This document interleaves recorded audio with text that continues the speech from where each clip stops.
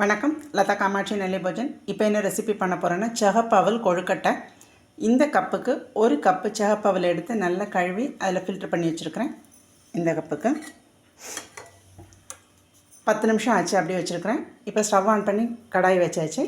இப்போ தேங்காய் எண்ணெய் ஊற்றி கடுகு, பச்சை மிளகா, கருவேப்பிலை போட்டு உப்பு போட்டு தாளிச்சிக்கலாம். இப்போ அவலை சேர்த்துக்கலாம். அவலை தாளிச்சாச்சு. இப்போ சூடு ஆறினோடனே இந்த கொழுக்கட்டை அச்சில் வச்சு வேட்டில் வேக வச்சு எடுப்போம். ஒன்று ஒன்றா பார்ப்போம்.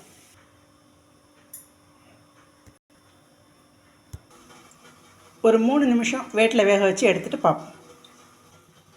கொழுக்கட்டை வெந்திருத்து எடுத்துடலாம். சூடான சுவையான சிகப்பு அவல் கொழுக்கட்டை ரெடி. சத்தான ரெசிபி. பிடிச்சிருந்தால் லைக் பண்ணுங்கள், ஷேர் பண்ணுங்கள், சப்ஸ்கிரைப் பண்ணுங்கள். நன்றி.